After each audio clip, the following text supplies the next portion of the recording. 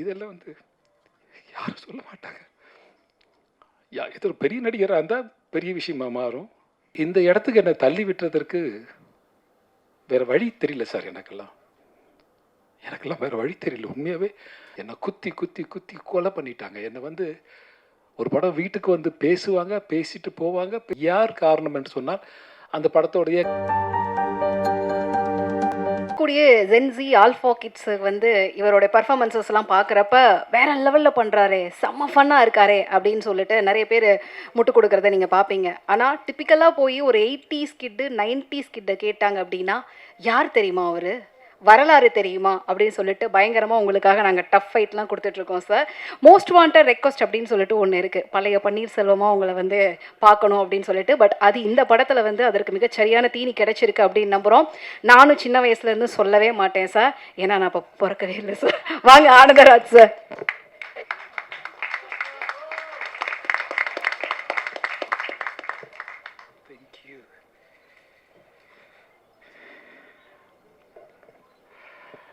எல்லோரும் நல்லா இருக்கீங்களா? நான் எழுதி மேடையில் இருக்கிற என் நண்பர்களாம் வந்து எழுதி கொண்டு வரலான்னு நினச்சேன். ஆனால் பேசுகிறதுக்கு நேரம் போதுமானு தெரியாதனால எதுக்கு எழுதணும்னு சொல்லிட்டு நான் எழுதாமல் வந்துட்டேன். இந்த விழாவிற்கு வருகை தந்திருக்கிற பத்திரிகை நண்பர்கள், ஊடக நண்பர்கள் அனைவருக்கும் என் சிரம் தாழ்ந்த வணக்கம். இது போன்ற ஒரு வாய்ப்பை ஆண்டவன் தந்ததற்கு ஆண்டவனுக்கு நன்றி. இது போன்ற ஒரு வாய்ப்பை மீண்டும் மீண்டும் எனக்கு கொடுத்தால் மீண்டும் மீண்டும் ஆண்டவனுக்கு நன்றி சொல்லிக் கொண்டே இருப்பேன். இந்த படம் மெட்ராஸ் மாஃபியா கம்பெனி. இது வந்து இந்த படம் உருவானது வந்து உங்களுக்கு தெரியும் நினைக்கிறேன். இது ரொம்ப நிதானமாக பொறுமையாக எடுத்த ஒரு நல்ல ஒரு இயக்குனர் கிடைச்சதால எனக்கு கிடைச்ச இயக்குனர் எல்லாமே நல்ல இயக்குனர் தான். திரு ஆர் உதயகுமார்லேருந்து, திரு ஆர்கே செல்லுமணியிலேருந்து, திரு பேரரசுலேருந்து. அஃப்கோர்ஸ் பேரரசு படம் நான் வைப்பேன்ல, ஆனால் வைப்பண்ணிருக்கேன்.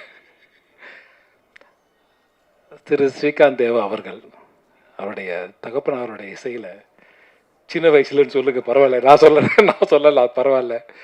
சின்ன வயசுலேருந்து கிட்டத்தட்ட செல்லுமணி சார் சொன்ன மாதிரி தான், ஒரு 42 வருஷங்களுக்கு முன்னால் நாங்கள் படித்தோம் ஒன்றா.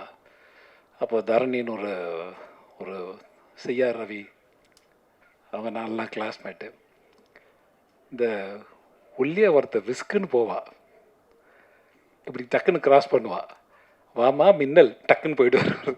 யாருன்னு பார்த்தா ஆர்கே செல்லுமணி இருப்பார். சரக்குன்னு போயிடுவார். எங்கடா போடாருன்னு பார்த்தா போயிட்டுருப்பார் ஒருத்தர். அது மாதிரி என்னை பார்த்தா எல்லாருக்கும் பிடிக்காது. காரணம் வந்து என்ன காரணம்னு தெரியல. இன்ஸ்டியூட் போன உடனே என்னோடய ரவுடித்தனத்தை ஆரம்பித்ததான் நினைக்கிறேன். ஸோ இன்ஸ்டியூட்டில் ஃபஸ்ட்டு கால் எடுத்து வைக்க போகும்போது ஃபீஸ் கட்டலான்னு போகிறேன் இன்ஸ்டியூட்டுக்கு. போனால் இன்ஸ்டியூட்டுக்கு அன்றைக்கி லீவு. நானும் கேமராமேன் பன்னீர், தரணி 3 பேர் தான் ஒன்றா போகிறோம். என்னடா இது லீவ் விட்டாங்களேன்னு சொல்லிட்டு அன்றைக்கி பார்த்தா அங்கே ஒரு இஷ்யூ போயிட்டு இருந்தது, ஸ்ரீலங்கன் ஒரு இஷ்யூ ஒன்று. ஸோ வந்து நேராக வந்து பாண்டிச்சேரி வந்து சாப்பிட்டுட்டு உட்காந்துட்ருக்கோம். ஸோ திரைப்பட அந்த நிகழ்வெல்லாம் பேசணுன்னா நீண்ட நெடிய நேரம் பிடிக்கும்ங்கிற காரணத்தால் நான் குறைச்சிக்கிறேன். என் நண்பன் வந்து அஃப்கோர்ஸ் ஆர்கே அது செல்லுமணி அவர்களாகட்டும் அல்லது ஆர் உதயகுமார் ஆகட்டும். உதயகுமாருடைய முதல் படம் நான் வந்து பண்ணும்போது, இப்போ கமல் சார் ஆஃபீஸ் இருக்குது இல்லைங்களா இந்த தேனாம்பேட்டையில், அதுதான் வந்து எங்களுடைய மணி ஐயரோட ஆஃபீஸ். அங்கே நாங்கள்லாம் அடிக்கடி மீட் பண்ணுவோம், பேசுவோம். அஃப்கோர்ஸ் பிவா சாரையும் நாங்கள் தான் மீட் பண்ணேன். ஸோ அதே கம்பெனியில் நான் ஹீரோ பண்ணுறேன், பாலைவன பறவைகள். ஸோ அது வந்து ஆர் உதயகுமார் பார்க்குறாரு. ஆர் உதயகுமார் வந்து அந்த படம் கிடைக்கும்போது அப்போ அவருக்கு திருமணம் ஆகலை. ஸோ இந்த படத்தை சக்ஸஸ் பண்ணிட்டு தான் நான் திருமணம் பண்ணுவேன்னு ஒரே அடம் பிடிச்சிட்டு இருந்தார். அவர் வந்து நாங்கள்லாம் சேர்ந்து ஒர்க் பண்ணி கொடுத்தோம் அந்த படம்.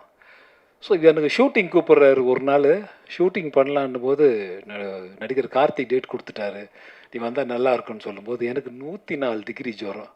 நான் சொன்னேன், உதய் முடியலடா என்னால் அப்படின்னு. என்னை அப்படியே கை காலை பிடிச்சி தூக்கிட்டு போகிறாங்க. தூக்கிட்டு போய் காரில் வச்சு என்னை எங்கே கொண்டு போகிறாங்கன்னா போரூர் வரைக்கும் கொண்டு போகிறாங்க. இந்த ராமச்சந்திரா மெடிக்கல் காலேஜ் இருக்குல்ல அங்கே. அது அன்கன்ஸ்ட்ரக்டட் பில்டிங். இப்போ சொன்னார்ல அவர், அதான் வந்து ஒரு சர்க்கிள் மாதிரி இருக்கும். இப்போ கூட அது இருக்குன்னு பார்த்தேன். அதில் வந்து கேமரா சிவிதா கேமரா வந்து ஒரு அப்படியே அப்போ வந்து இங்கே ஃபிலிம் பை ஃபிலிம் ஸ்டூடெண்ட்னு போடுவாங்க. எங்கள் திரைப்பட கல்லூரிக்கு எங்களுக்கு ஒரு கான்ஃபிடென்ட் என்னன்னு கேட்டிங்கன்னா, அப்போ பக்கபலமாக எல்லோரும் இருந்தாங்கன்றது வேறு விஷயம். ஸோ ஒரு லென்த்தி ஷாட் வச்சோம்னா சூப்பராக இருக்கும். அந்த மாதிரி ஒரு லென்த்தி ஷாட் ஒன்று வைப்போம். இங்கேருந்து கேமரா அப்படியே க்ரைன் போனால் க்ரைன்லேருந்து டவுன் வரும், இங்கேருந்து மேலே போகும். ஒரு நாள் முழுக்க இந்த ஷாட்டை தான் எடுத்துகிட்டு இருந்தா. என்னை ஓட விட்டு நான் சொன்னேன், சொல்லு முடியலடா எனக்கு அப்படி ஒரு படம் பண்ணோம். ஸோ டெடிக்கேஷன் என்பதை நான் அன்றைக்கு கற்றுக்கொண்டேன். அதே போல் ஆர்கே செல்லுமணி சொல்லலாம். அவருடைய முதல் படம் வந்து அவர் படம் கிடைக்கும்னு ஆசைப்பட்டேன். பட் நான் கொஞ்சம் பிஸியாக இருந்த நேரம். ஸோ இந்த படம் நான் பண்ணுறேன்டா பக்கத்துலேயே ஆஃபீஸு, 13 ராஜாபாத ஸ்ட்ரீட், 14 ராஜாபாத ஸ்ட்ரீட். அப்போ வந்து புலனசாரணி படம் பண்ணும்போது இப்படி ஒரு கேரக்டர் இருக்கும். ஆட்டோ சங்கர் யாருன்னா, ஆட்டோ சங்கர் உங்களுக்கு தெரிஞ்சிருக்குன்னு நினைக்கிறேன். எங்கள் இன்ஸ்டியூட்லேருந்து தரமணிலேருந்து ஒரு பாலம் இருக்கும், நடந்து போகிற பாலம் ஒன்று இருக்கும். அந்த பாலம் வந்து தாண்டி போகுது, ரோடு ஆகிடுச்சு. இப்போ 2 ரோடு ஆகிடுச்சு. அது தாண்டி போனால் அவர் இருக்கிற இடம்.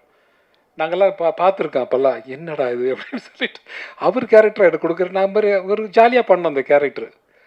ஸோ அந்த படத்தை பண்ணும்போது உண்மையாக ஒரு நாள் படம் பண்ணும்போது செல்லுமணி சார் சொன்னது கரெக்டு தான். ஸோ முழுக்க அந்த படத்திற்காக வாழ்ந்தவன் என்று சொல்லலாம். என்னை வந்து இந்த கேரக்டர் எப்படி பேசினா நல்லா இருக்குமா, இப்படி பேசினா அப்படி பேசினா நல்லா இருக்குமான்னு என்னை வந்து தூரத்துலேருந்து பார்த்து ரசிப்பார். ஆர்கே செல்லுமணி பார்த்துட்டே இருப்பார், என்னை பார்த்துட்டே இருப்பார். ஸோ நான் பண்ணுறதெல்லாம் ரசிப்பார். ஸோ எனக்கு ஒரு இடம் கொடுத்த இயக்குனர், நான் ஒரு நன்றி சொல்லவே இல்லை அவருக்கு. இந்த நேரத்தில் நன்றி சொல்கிறேன். Thank you RK Chellumani. இன்றைக்கி வந்து என் நண்பனாக இருந்து எனக்கு ஒரு இடம் கொடுத்ததுக்கு ரொம்ப மிக்க நன்றி. அதே போல் இந்த படக்குழுவை ஆசீர்வாதம் செய்வதற்காக வந்த என்னுடைய நண்பர்கள் ஆர் உதயகுமார் ஆகட்டும், ஆர்கே செல்லுமணி ஆகட்டும், இருவருக்கும் அந்த என் நண்பர் பேரரசு ஆகட்டும், அனைவருக்கும் என்னுடைய அன்பு கலந்த வணக்கத்தையும் நன்றியும் பாசத்தையும் தெரிவித்துக் கொள்கின்றேன். இந்த படத்தில் வந்து திரு அண்ணாதுரை அவர்கள் இது கதையை வந்து என்கிட்ட சொல்லும்போது, நான் வேறு ஒரு ஷூட்டிங்கில் இருந்தேன். ஷூட்டிங்கில் இருக்கும்போது என்னை வந்து அப்ரோச் பண்ணாங்க. நான் வேண்டான்னு சொல்லிட்டேன். இல்லை எனக்கு வேண்டாம் அப்படின்னு சொல்லிட்டேன். ஸோ திரும்ப என்னை ட்ரை பண்ணுறாங்க. திரும்ப நான் வேண்டான்னு சொல்கிறேன். ஞாபகம் இருக்கா உங்களுக்கு? டேரக்டர் இப்போ நல்லா நின்றுருக்காரு. ஸோ திரும்ப என்னை ட்ரை பண்ணுறாங்க. திரும்ப நான் வந்து லைன் ஃபுல்லாக கேட்குறேன், ஒரு தடவை ஃபுல்லாக கேட்குறேன் அப்படின்னு கேட்டு ஒத்துக்கிட்ட படம் தான் இன்றைக்கி மெட்ராஸ் மாஃபியா கம்பெனி, நீங்கள் எல்லாம் பார்க்குற படம் இன்றைக்கி. ஸோ இந்த படத்தோட தயாரிப்பாளர் என்னை அணுகும்போது நான் கேட்ட ஒரே ஒரு வார்த்தை, நான் கேட்ட சம்பளம் எனக்கு சம்பளம் கொடுத்துருவீங்க, எனக்கு தெரியும், ஓகே. அதே போல் என்னை நம்பி வருகிற இந்த தொழிலாளர் இருக்காங்க இல்லையா, இந்த 24 கிராஃப்ட் இருக்காங்க இல்லையா, இவங்களுக்கெல்லாம் நீங்கள் சம்பளம் கரெக்டாக கொடுத்துருவீங்களா அப்படின்னு கேட்டேன். அந்த சம்பளத்தை ஒரு அப்பழுக்கு இல்லாமல் இன்றைய வரை கையிலே கொண்டு சேர்த்தவர் என்னுடைய அருமை நண்பர் அண்ணாதுரை அவர்கள். அண்ணாதுரை என்றால் சிஎன் அண்ணாதுரை கேள்விப்பட்டிருப்பீங்க நீங்கள் எல்லாம். காஞ்சிபுரத்தில் பிறந்தவர் அவர். வந்து எனக்கும் ஆர்கே செல்லுமணிக்கும் எனக்கு ஒரு சின்ன பந்தம் இருக்குது, அது வேற விஷயம். ஆனால் அந்த சிஎன் அண்ணாதுரை என்றைக்கு இறந்தாரோ அன்றைக்கு பிறந்தவர் தான் திரு அண்ணாதுரை அவர்கள். அதாவது வந்து இப்போ நான் ஒரு படம் பண்ணிகிட்ருக்கோம். இப்போ வாத்தியார்னு ஒரு படம். அதில் வந்து Karthi sir, Sathyaraj sir, Rajkiran sir, நான் எல்லாம் பண்ணுறோம். ஸோ அந்த கதையை கிட்டத்தட்ட அப்படி தான். எம்ஜிஆர் அவர்கள் தவறிய போது பிறக்கிறவர் தான் கார்த்தி சார்னு ஒரு கதை பண்ணோம். ஸோ இது அந்த மாதிரி பேரறிஞர் அண்ணா வந்து இறந்த நாள் என்று பிறந்தவர் தான் இந்த அண்ணாதுரை. அதனால தான் பேர் அண்ணாதுரைன்னு வச்சுருக்காங்க இவருக்கு. அதனால் இவருடைய மனைவி பேரில் வந்து இந்த படம் தயாரித்தார். இந்த பேசுகிற இந்த பெண்மணி இருக்கிறாங்க இல்லையா, அவங்க வந்து நான் பேசுகிற சம்பளத்தை எனக்கு உடனடியாக தந்தவர் இவர் என்று சொல்லுகிற அளவுக்கு இவர் வந்து ஒரு நல்ல தயாரிப்பாளராக இருக்கான்னு இது போல தான் நாங்கள் வந்து எதிர்பார்க்குறோம். இதுபோல் வந்து நடிகர்களும் இந்த போன்ற இயக்குநர்களும் இதுபோல் வந்து இன்னும் எதிர்பார்க்குறதா நாங்கள் வந்து சீக்கிரம் அதாவது உழைக்கிற உழைப்பாளி அதுக்கு தான் வேலை செய்கிறாங்க.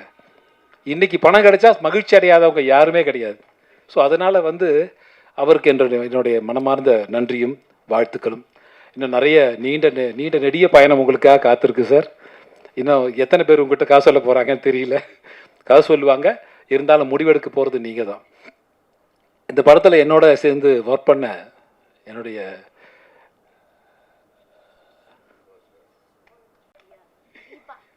தெரியுது என்னுடைய மனைவி என்றால் படத்தில் என்னுடைய மனைவியை நடித்தாங்க. ஆனால் போட்டு கொடுத்துட்டு போயிட்டீங்க என்னை வந்துட்டு ஒரே கத்தியில் 2 உரம் இருக்கக்கூடாது அப்படின்னு சொல்லிட்டு. ஓகே, என்னுடைய இந்த படத்தில் பணியாற்றிய தீபா அவர்களாகட்டும், அல்லது சம்யுக்தா அவர்களாகட்டும், அல்லது ஆராதனா நீ சொன்னால் கரெக்டாக இருக்குண்டா. இவன் முகத்தை கொஞ்சம் ஞாபகம் வச்சிங்க எல்லோரும். அதனால் ஆராதனா ஆகட்டும், அல்லது இன்னும் இந்த படத்தில் பண்ண டெக்னீஷியன்ஸ் எல்லாருக்கும் ஒரு என்னுடைய மனசில் இடம் பிடிச்சிட்டாங்க. எல்லாருக்கும் ஒரு நீண்ட வாழ்த்துக்களும் நன்றியும். அதுபோக இசையமைப்பாளர் இவர் வந்து இவருடைய தகப்பனார் படத்தில் நான் பணியாற்றிருக்கேன். நான் வந்து ஃபஸ்ட் டைம் ஹீரோ பண்ணும்போது ஃபஸ்ட் டைம் இல்லை, அப்போ வந்து அப்பா தான் மியூசிக் டைரக்டர். இவர் வந்து லண்டனில் ஒரு ஷோ பண்ணோம். நாங்கள் லண்டனில் ஒரு ஷோ பண்ணும்போது தேவா சார் தான் மியூசிக்கு நான் முடிவு பண்ணிட்டேன். அப்போ ஒரு பிரதர்ஸ் வந்து சபேஷன் முரளி ஆகட்டும் அல்லது சம்பத்தனன் ஆகட்டும் எல்லாரும் வரீங்க அப்படின்னு. அப்போ தேவா என்ன சொன்னார், என் சன்னு வந்து ஸ்ரீகாந்த் தேவன் வந்தால் நல்லாயிருக்கும் அப்படின்னு. ஸோ இவரையும் கூட கூப்பிட்டு போயிட்டோம். அவங்க 5 பேர் வந்தால் இவர் கூட வந்துடுவார். ஸோ அதனால் அப்பா போட்ட சாங் வந்து எனக்கு இப்போவும் ஞாபகம் இருக்குது. ஒரு படத்தில் வந்து பாடட்டுமா? நான் கீழே கல்லெல்லாம் ஒன்றும் இல்லையே. மாட்டு வண்டி பூட்டிக்கிட்டு மூட்டைகளை ஏற்றிக்கிட்டு மேட்டுப்பட்டி போக போகிறேன். கூட்டு ரோட்டு சந்தையில் பேட்டி ஒன்று வாங்கிவோம், கோமணத்தை மூட போகிறேன். முத்தழகி பாட்டிக்கு நான் வெத்தலை இடிச்செடுத்து பொக்க வாயில் ஊட்ட போகிறேன். 10 ரூபா டிக்கெட்டுல பட்டணத்து சினிமா மொத்தத்தையும் காட்ட போகிறேன். ஆட நம்மூரு சந்தையிலே எப்போதும் கொண்டாட்டம்தான். மாட்டு வண்டி பூட்டிக்கிட்டு மூட்டைகளை ஏற்றிக்கிட்டு மேட்டுப்பட்டி போக போகிறேன். இப்படி ஒரு சாங் எனக்கு கொடுத்தாரு. இதை வந்து ஒரு பெரிய ஹீரோ பாடியிருந்தால் மிகப்பெரிய ஹிட்டாக இருக்கும். ஒருவேளை என்னோட போகிற காலமாக என்னன்னு தெரியல, நான் பாடினதால் அந்த பாட்டுக்கு ஒரு மரியாதை போச்சான்னு தெரியல. ஸோ அந்த பாட்டு எழுதினவர் காளிதாசன் ஒரு ரைட்டர் இருந்தார். அப்போ நான் சொல்கிறது வந்து 90s 1991 சொல்கிறேன். ஸோ மிகப்பெரிய விஷயம் வந்து யார் எதை செய்கிறார்கள் என்பது தான் முக்கியம். நான் வந்து இன்றைக்கி வந்து ஆர்கே செல்லுமணி சார் சொன்னார், நான் பார்க்குறதுக்கு ஒரு மாதிரி இருப்பேன், சட்டையெல்லாம் ஒரு மாதிரி போட்டிருப்பேன், அதனால் என்ன யாருக்கும் பிடிக்காது அப்படின்னு சொல்லுவார். உண்மைதான் சார். நீங்கள் வந்து நீங்கள் யதார்த்தமாக வாழ்ந்தீங்க. யதார்த்தமாக ஆர்கே செல்லுமணி வந்து ரொம்ப யதார்த்தமான ஒரு மனிதர். அதே மாதிரி ஆர் உதயகுமார் ரொம்ப யதார்த்தமான ஒரு மனிதர். நான் ஆர்கே செல்லுமணி வந்து ஒரு தடவை ஆஃபீஸுக்கு போயிருந்தேன். எப்படி இருக்கேன் அப்படின்னு கேட்கும்போது அவன் சூஸ் பண்ணிகிட்டு இருந்தான். இந்த நம்ம இந்த இதெல்லாம் கூடார மாதிரி இருக்கும்ல, இந்த ஸ்போர்ட்ஸுக்கெல்லாம் பண்ணுவாங்கல்ல, அந்த மாதிரி ஜிப்பெல்லாம் வச்சுட்டு ஜிப் திறந்தால் உள்ளே முடிச்சுக்கலாம், அது அந்த மாதிரி வச்சுட்டு அப்புறம் வந்து காலை உள்ளே விட்டு படுத்துக்கணும் அப்படின்ற மாதிரி இதெல்லாம் செலக்ட் பண்ணிகிட்டு இருந்தார். நான் சொன்னேன், செல்லுமணி வீட்டுக்கு எதாவது வாங்க போறியா அப்படின்னு. இல்லை, ஷூட்டிங்காக பண்ணுறேன். ஷூட்டிங் பண்ணுறியா? யாருக்காக பண்ணுறேன்? அடிமைச்சங்கிலி ஒரு படம் எடுத்துகிட்ருக்காரு. அடிமைச்சங்கிலி படத்துக்காக இங்கே வந்து போகாத காடே கிடையாது. அதில் இந்த யூனிட் பாய்ஸ் இருக்காங்கல்ல, அவங்கெல்லாம் காலை உள்ளே விட்டு படுத்துக்கணுமாமா. எங்களுக்கெல்லாம் கொஞ்சம் பெரிய டென்ட்டுனா அப்போ அந்த ஸ்போர்ட்ஸ் டென்ட்டு மாதிரி இருக்கும்ல, அது உள்ளே படுத்துக்கணுமாமா. இது வந்து செலக்ட் பண்ணிகிட்ருக்கான் சீரியஸாக. நான் செலக்ட் பண்ணி பார்த்துட்டு போடா நீயும் படமா அப்படின்னு சொல்லிட்டு ஒரே ஓட்டம் அந்த படத்தில் நான் ஆக்ட் பண்ணேன். அந்த படத்தில் அடிமைச்சங்கிலி பார்த்துருப்பேங்க. அது உண்மையாகவே எங்களை அடிமையாகவே ஆக்கிட்டார். ஆர்கே செல்லுமணி. அதாவது எம்என் நம்பியார் வந்து இவர் எல்லா படத்துலையும் இருப்பார். முதல் படத்தில் வந்து எல்லா படத்துலையும் வந்து எம்என் நம்பியார் இருப்பார். அவர் இவரை பார்த்து ஒரு கேள்வி கேட்டார், செல்லுமணி நான் உனக்கு என்ன துரோகம் பண்ணேன்? அவனுக்கு என்ன துரோகம் பண்ண அப்படின்னு கேட்டார், ஓப்பனாகவே கேட்டார். ஸோ அந்த மாதிரி ஒரு தன்னுடைய படத்திற்காக என்ன வேணுமோ அதை எடுக்கக்கூடிய ஒரு இயக்குனரை தான் நான் கண்ணுக்கு தெரிஞ்சார். எனக்கு தெரிஞ்சு என்ன வேணுமோ அதை அதை எடுத்தாகணும், அதை எடுத்துடணும், இன்றைக்குள்ளே எடுக்கணும், இன்றைக்கி நைட்டுக்குள்ளே எடுத்தாகணும், அப்போ தான் ப்ரொடியூசருக்கு லாபம் கிடைக்கும். இதனால் நாங்கள் கஷ்டப்படுறதை பற்றி எனக்கு ஒன்றும் இல்லை. இன்றைக்கி சொன்னாங்க, இன்றைக்கி நிறைய பேர் சொன்னாங்க, இன்னும் வயசு just is a number sir. இன்னும் ஆர் உதயகுமார் இருக்கார், அவரோட முதல் படம் எங்கூட தான். ஆர்கே செல்வமணி இருக்கார், அவரோட முதல் படம் எங்கூட தான். அவர் அசிஸ்டன்ட் டைரக்டர் பண்ணுறேன்னு சொன்னார். அவருடைய ஓம் சக்தி பராசக்தின்னு ஒரு படம். அந்த படம் ராமநாராயண் சாரோட நான் நடிக்கணும்னு ரொம்ப ஆசைப்பட்டேன். என்ன அந்த படத்தில் ஹீரோவும் நான் தான், வில்லனும் நான் தான். அவங்களா நல்லாயிருக்கும் அந்த படம். சின்ன கரெக்ஷன் சார். நீங்கள் ஒரு நடிகரை நடிகராகவே பார்த்துருவாங்க, நகைச்சுவை பண்ணால் நகைச்சுவையை பார்த்துருவாங்கன்னு. ஆனால் என்னால் மட்டும் பயங்காட்டவும் முடியும் சார். என்னால் பயங்காட்டவும் முடியும், உங்களை பயமுறுத்தவும் என்னால் முடியும். அதுவும் அந்த கலையை எனக்கு கற்றுக் கொடுத்தது ஆர்கே செல்வமணி, இந்த பக்கம் ஆர் உதயகுமார் தான். ஏன்னா ஆர் உதயகுமார் படம்லாம் உறுதிமொழி நான் பண்ணும்போது எக்ஸ்ட்ரானரி கேரக்டர். இப்போவும் நான் அந்த கதையை சொன்னோம்னா இப்போ சொல்லுவாங்க எல்லாருமே, ஏன் இந்த படம் திரும்ப நம்ம எடுக்கக்கூடாது அப்படின்னு கேட்பாங்க. ஸோ நான் ஒரு பொண்ணை கெடுத்துட்டு ஒரு டாக்டரை பார்த்து கேட்பேன். டாக்டர் நடித்தார் யாருன்னா சிவகுமார் சார். அவரை பார்த்து கேட்பேன், நான் பொண்ணை கெடுக்கலன்னு லெட்டர் கொடுங்க. அவர் ரொம்ப சீரியஸாக இல்லை நான் இதான் கெடுத்தேன், நான் கொடுத்துருவேன் அப்படின்னு. கட் பண்ணால் வீட்டில் போய் அவர் மனைவியை கெடுத்துருவேன். மனைவியை கெடுத்துட்டு மனைவியை நான் தான் கெடுத்து லெட்டர் கொடுக்கணும்னு அப்படின்னு சொல்லிட்டு வந்துடுவேன். ஸோ இதான் கதை. ஸோ என்னை கொலை பண்ணுறதுக்காக ஒருத்தர் அலைவார். ஸோ என்னை கொலை பண்ணுறதுக்காக ஒரு கொலை வெறியில் ஒருத்தர் சிவகுமார் சார் இருப்பார். பிரபு சாரை போய் ரிலீஸ் பண்ணி கூப்பிட்டு வருவார் இவர் கொலை பண்ணணுன்னு. இவர் கத்தியை மேலே போட்டு பிடிக்கும்போது நான் ஓடிடுவேன். ஏன் குத்தலைன்னு சிவகுமார் சார் கேட்பார். இவனை கொலை பண்ணுறதுக்காக நான் தூக்கிலே தூக்கு மாடிக்கு போனேன் அப்படின்னு சிவகுமார் சார் பிரபு சார் சொல்லுவார் சிவகுமார்கிட்ட. அதாவது என்ன கொலை பண்ணதுக்காகத்தான் ஒருத்தன் ஜெயிலுக்கு போயிருக்கான், அவனை கூட்டு இவனை கொலை பண்ணணும்னு சொல்கிறார். இந்த ஒரு கதையை சொன்ன உடனே எனக்கு ரொம்ப ரொம்ப ரொம்ப லைச்சிட்டு அந்த படத்தில். நான் அந்த படம் ரொம்ப பிஸியாக அந்த நேரம், பட் ஊட்டி அங்கே இங்கே சுற்றி போய் அந்த என்னை அலைவிட்டான் பாருங்க, சிரிக்கிறா பாருங்க உதயகுமார். ஐயோ, தேக்கடியில் கொண்டு போயிட்டு தேக்கடியில் பிரபு சார்ல பாடி நான் தண்ணி ஊற்றிக்கிறேன்பான்னு சுடு தண்ணி ஊற்றிக்குவார் அவர். எனக்கு பச்சை தண்ணியில் நடுங்கிட்டு இருப்பேன். இந்த லொடக் பாண்டி மாதிரி ஒருத்தர் இருப்பான், தரணின்னு ஒரு ஒரு டேரக்டர் இருக்கார்ல, மச்சான் பூசிடுறேன் மச்சான் பூசிடுறேன் மச்சான் மேலே பூசி விட்டுருவான். நான் அப்படியே நின்றுட்டுருப்பேன் ஃபுல். அதாவது என்னென்னா, நடுக்காட்டில் எங்கள் ஷூட்டிங் நிறுத்திட்டாங்க. நடுக்காட்டில் தேக்கடியில் ஷூட்டிங் பண்ணிகிட்டு இருந்தாங்க ஆர் உதயகுமார். எனக்கு என்னன்னா, அந்த உள்ளே தள்ளி காட்டுக்குள்ளே எங்களை தள்ளி கதவு மூட்டு காட்டுக்கு ஒரு தோட்டக்கார மாதிரி போய்ட்டு வர்றார். அவர் கதவை மூடிட்டு இந்த கம்பி போடுவாங்கல்ல, அந்த கம்பி ராடெல்லாம் போட்டுட்டு போயிடுவார். போனாருன்னா அடுத்த நாள் காலை தான் அவர் எழுப்பி கூப்பிட்டு வரணும். ஒரு நாள் எங்களுக்கு 2 மணிக்கு ஷூட்டிங் முடிஞ்சு, நைட்டு 2 மணிக்கு 3 மணிக்கு முடிஞ்சுது. எனக்கு பிரபு சார் சிவகுமார் சார்க்கலாம். நாங்கள் போய் இவரை எழுப்பி கூப்பிட்டு கேட்டை திறந்து வெளியில் போகிறோம். நான் சொன்னேன், உதய், இந்த மலை டேயில் பார்த்துட்டு இந்த மலையெல்லாம் பார்த்து நீ ஷூட்டிங் பண்ணி இந்த இடத்துல பள்ளனோன்றோம், இந்த இடத்துல ஒரு குடிசை போடுறோம், செட்டு போடுறோம், சூப்பராக இருக்கும் அப்படின்னு எடுத்துட்டீங்க. இதை பல்லாவரத்துலேயே பண்ணியிருக்கலாமாடா, எதுக்குடா இவ்வளோ தூரம் வந்து அப்படின்னு உதய் சிரிச்சிட்டு இருக்கா உட்காந்துட்டு. என்னன்னு கேட்டிங்கன்னா, மலைக்கெல்லாம் லைட் பண்ண முடியாது, நாங்கள் அந்த ரோடுக்கு மட்டும் லைட் போட்டிருக்கோம். இவ்வளோ பெரிய வண்டுங்க, அந்த காட்டில் லைட்டே பார்த்ததில்லை. வண்டு டிஸ்குன்னு அடிக்கும், டிஸ்குன்னு அடிக்கும். இங்கே அடித்தோடனே அப்படியே நின்றுட்டுருப்பேன். நான் ஃபுல் சகதி, என் ஃபேஸ் தெரியக்கூடாது, கதைப்படி என் ஃபேஸ் தெரியக்கூடாது. என் ஃபேஸ் தெரிஞ்சுன்னா ஹீரோக்கு என்ன யாருன்னு தெரிஞ்சிடும். அவர் தண்ணியில் முக்கி விட்டு எடுக்கும்போது அதை பேட்ச் ஒர்க் பண்ணிகிட்ருக்கா. எங்கள் திருவள்ளூரில் ஒரு இடத்துல பேட்ச் ஒர்க் பண்ண ஒரு ஃபிஷிங் ஒரு நர்சரி மாதிரி. அதில் என்னை முக்கி எடுக்கணுமாமா. முக்கி எடுத்தால் என் மேலே பூரா புழு ஓடிட்டுருக்கு, மீன் புழுலாம் ஓடிட்டுருக்கு. செல்லுபடி நான் சொன்னேன், உதயகுமாரை விட்டுரு. பிரபு சார் முக்கிய படி முக்கி எடுத்துடுற முக்கி எடுக்கிறார். என்னை போட்டு எனக்கு ஐயோ, உண்மையாக சொல்ல போனால் இன்றைய வரை நான் திரையுலகத்தில் இருக்கிறேன் என்று சொன்னால் அதற்கெல்லாம் அடித்தளம் போட்டது இவங்க 2 பேரும் தான்.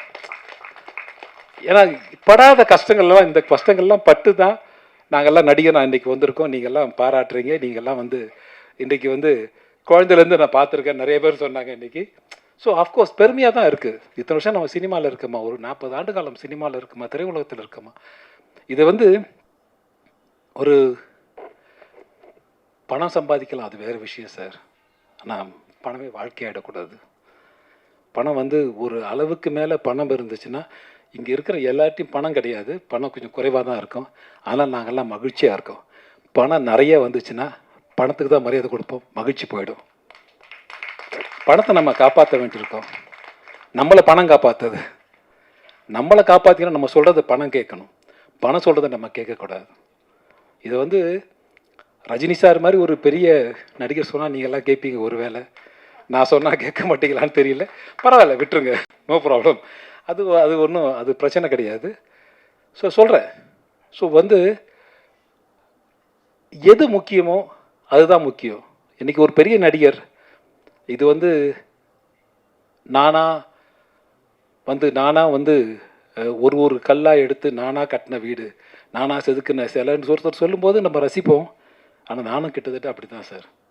யாருமே இல்லை, பின்புலம் கிடையாது, என் முன்னோர்கள் கிடையாது திரையுலகத்தில். நான், ஆர்கே செல்லமணி, இந்த பக்கம் உதயகுமார், எல்லாருமே வந்து போராடி வந்தவங்க தான். போராட்டம், ஒரு மிகப்பெரிய போராட்டம் இருக்கும். இது வந்து என் முன்னோர்கள் கிடையாது. நான் வந்து செத்து சுண்ணமாயிருக்கேன் சின்ன வயசில். நடிக்கும்போது ஒரு பெரிய பயம் இருக்கும். இப்போல்லாம் தீபாவளிக்கு ஊருக்கு போவாங்க எல்லோரும். நான்லாம் லாஸ்ட் மினிட்டில் வண்டி ஏறி ஊருக்கு போய் தலையை காமிச்சு இருட்டோட இருட்டில் கிளம்பி வந்துடுவேன். ஏன்னா அச்ச உணர்வு, படித்து முடிச்சிட்டோம், திரைப்பட கல்லூரியில் மாணவன் ஆகிட்டோம், அடுத்து நம்ம என்ன பண்ண போகிறோம் அப்படின்ற ஒரு பயங்கர பயம் ஒன்று இருக்கும். என்னை விட அதிகமாக நேசித்தவர் என்னுடைய தகப்பனார். எப்படின்னு கேட்டிங்கன்னா, ஒரு சின்ன விஷயம் சொல்லி முடிச்சிடுறேன். நான் பார்த்திபன் சார் ஷூட்டிங்கில் இருக்கேன், இந்த வாகினி ஸ்டுடியோவில். நைட்டு வந்து லேட் ஆகும் சார்னு சொல்கிறாங்க. நான் பரவாயில்லன்னு விட்டுட்டேன். பரவாயில்ல சார், எவ்வளோ நேரம் ஆகும், ஒரு 10:30 11 o'clock ஆகிடும் சார். சரி பரவாயில்ல, 11:30 ஆனாலும் பரவாயில்ல. ஒரு நாள் திடீர்னு வந்து ஒரு அசிஸ்டன்ட் வந்து, சார் உங்களுக்கு முடிஞ்சுது சார் அப்படின்றார். முடிஞ்சுதா அப்படின்னு 8:30 மணி இருக்கும், 9 மணி இருக்கும். முடிஞ்சுதா அப்படின்னு, முடிஞ்சுது சார் உங்களுக்கு முடிஞ்சு சொல்லிட்டேன். நான் உங்களுக்கு போய்ட்டு டவுட் கன்ஃபார்ம் பண்ணுறேன், முடிஞ்சுது சார்னு சொல்கிறாங்க. சரி சார், தேங்க்யூ சார், நான் கிளம்புறேன் அப்படின்னு பார்த்து சார் சொல்கிறேன். பாய் சொல்லிட்டு வீட்டுக்கு வரேன். திரும்ப ஒரு அசிஸ்டன்ட் ஓடி வர்றார். ஓடி வந்து, சார் நாளைக்கு டேட்டு கேட்டிருந்தோம் உங்ககிட்ட, அந்த டேட்டு நாளைக்கு வேணாம் சார். ஃப்ரீ பண்ணுறாரு என்ன. நாளைக்கு வேணாமா உங்களுக்கு? வேண்டாம். அப்படியே சார், நாளான்னைக்கு வேண்டாம் சார். So nice, thank you. இன்னொரு ஃபோன் வருது எனக்கு, அதில் என் தகப்பனார் தவறிட்டார் அப்படின்னு. ஸோ அவர் எவ்வளோ சினிமாவை நேசிச்சிருக்காரு. அவருடைய சாவுக்கு நான் போகணுன்றதுக்காக எனக்கு 2 hours முன்னாடியே என்னை வந்து சினிமாவிலேருந்து என்னை வந்து ரிலீவ் பண்ணிவிட்டு 2 daysக்கு அவர் டெட் பாடி கூட இருக்கணுன்றதுக்காக 2 daysக்கு எனக்கு ஷூட்டிங்கையும் என்னை விட்டுட்டு என்னை விட அதிகமாக நேசித்தவர் என்னுடைய தகப்பனார் என்று எனக்கு தெரிகிறது. என்னை விட அதிகமாக நேசித்தவர் எங்கள் அப்பா. இவன் இருந்தால் இந்த இந்த திரையுலகம் நன்றாக, நான் இன்றைக்கு நடிகராக நிற்கிறேன் என்று சொன்னால் அதற்கு அப்புறம் ஒரு காரணம். இதெல்லாம் வந்து அன்றைக்கி நைட் பௌர்ணமி தான். அந்த பௌர்ணமி விழா நடக்குது, இந்த பாமக விழா நடக்குது. அந்த விழாக்கு நான் போயிட்டுருக்கேன். அந்த விழா தாண்டி தான் மகாபலிபுரம் வழியாக இந்த பக்கம் போனால் ஈஸியாக போயிடலாம். ஸோ நான் வீட்டுக்கு போய் தான் கிளம்பி போகிறேன். அப்போ எங்கள் தகப்பனாரோட டெட் பாடியை பார்க்குறேன். பார்த்துட்டு நான் சொன்ன ஒரே விஷயம், உங்கள் கூட இருக்குன்றக்காக ஷூட்டிங்கெல்லாம் எனக்கு ஃப்ரீ பண்ணிங்களாப்பா அப்படின்னு கேட்டேன் என் தகப்பனார்கிட்ட.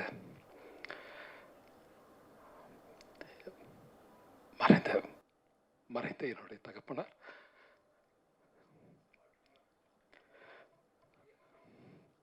தேங்க்யூ அப்பா. இதெல்லாம் வந்து யாரும் சொல்ல மாட்டாங்க.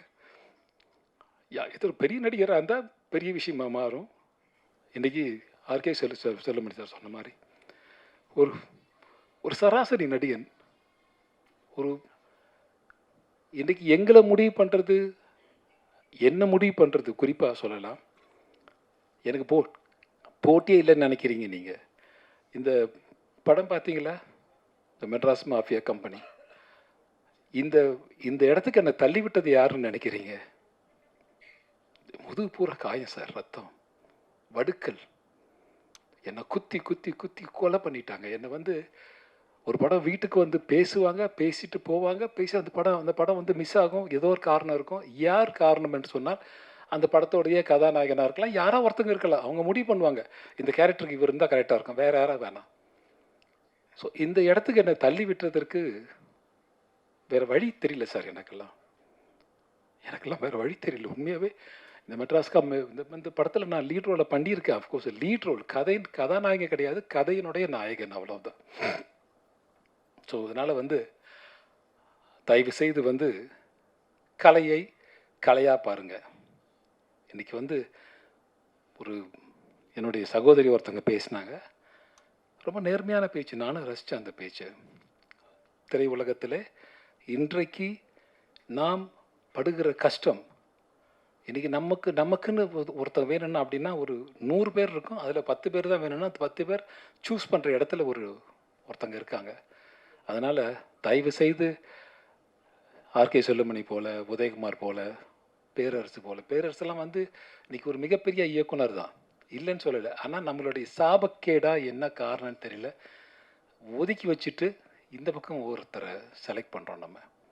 ஸோ அதுலேயும் மிங்கிள் பண்ணி போயிட்டே இருக்கும். இந்த ஓடுற குதிரை என்றைக்குமே ஓடுன்ற மாதிரி அதில் வந்து தாண்டி போயிட்டுருக்கோம் பார்த்துட்டு. ஸோ அதனால் இந்த படத்தில் வந்து மெட்ராஸ் மாஃபியா கம்பெனி நாங்கள் வந்து குறித்த நேரத்துக்கு முடித்தோன்னா அதுக்கு முதல் காரணம் என்னுடைய இயக்குனர் தான். எனக்கு டைமே கொடுக்க மாட்டார். எனக்கு டைம் கொடுக்காம அவர் ப்ராமோட்டிங் பண்ணுறத நான் பேசுவேன். இது ஒரு சீனாக இருக்கும். நானும் முனிஷ்காந்தெல்லாம் பண்ணியிருப்போம். இந்த சீனாக இருக்கும். நான் சொன்னேன், நீங்கள் பேசுங்க, நீங்கள் பேச நான் எடுத்து பேசுகிறேன். ஏன்னா தெலுங்கு படம் பண்ணி எனக்கு பழக்கம். அதனால் நீங்கள் பேசுங்க அப்படின்னு சொல்லிட்டு அவர் ப்ராமோட் பண்ணுவார். மழை வேறு பெஞ்சிட்ருக்கு. மழை பெய்யும் போது மழையில் அந்த சீன் எடுத்துகிட்ருக்கோம். முடிச்சாகணும். முடிச்சுட்டு போகணும். உடனே போகணும். ஒரு 1 ஹவரில் ஷிஃப்டிங். ஒரு நாளைக்கு 5 சீன் 6 சீன் எடுப்பார் டேரக்டர். இவருக்காக நானும் ஒத்துழைச்சேன் இவருக்காக. என்ன பரவாயில்ல சார், பரவாயில்ல, நீங்களே பண்ணுங்கள். இந்த ஆனந்தராய் தான் இந்த படத்தில் பார்ப்பீங்க நீங்கள். இதில் வந்து ஒரு டிஃப்ரெண்ட்டான கதை. இந்த கதைக்களம் ரொம்ப புதுசாக இருக்கும். இது நல்ல படம் என்று உங்களுக்கு தோன்றினால், உங்கள் மனசாட்சிக்கு தோன்றினால் நீங்கள் நல்ல படம்னு எழுதுங்க. கண்டிப்பாக வந்து என் பத்திரிகை நண்பர்கள், இந்த ஊடக சமுதாயம் வந்து 4 தூணில் ஒரு தூண் மாதிரி நீங்கள் கொண்டு போய் சேர்க்கறதா இன்றைக்கி நல்ல படமா கெட்ட படமா. நல்ல படம் என்று நாங்கள் எடுத்திருக்கிறோம். நல்ல படத்தை நீங்களும் வரவேற்கின்ற நம்பிக்கை எனக்கு இருக்கிறது.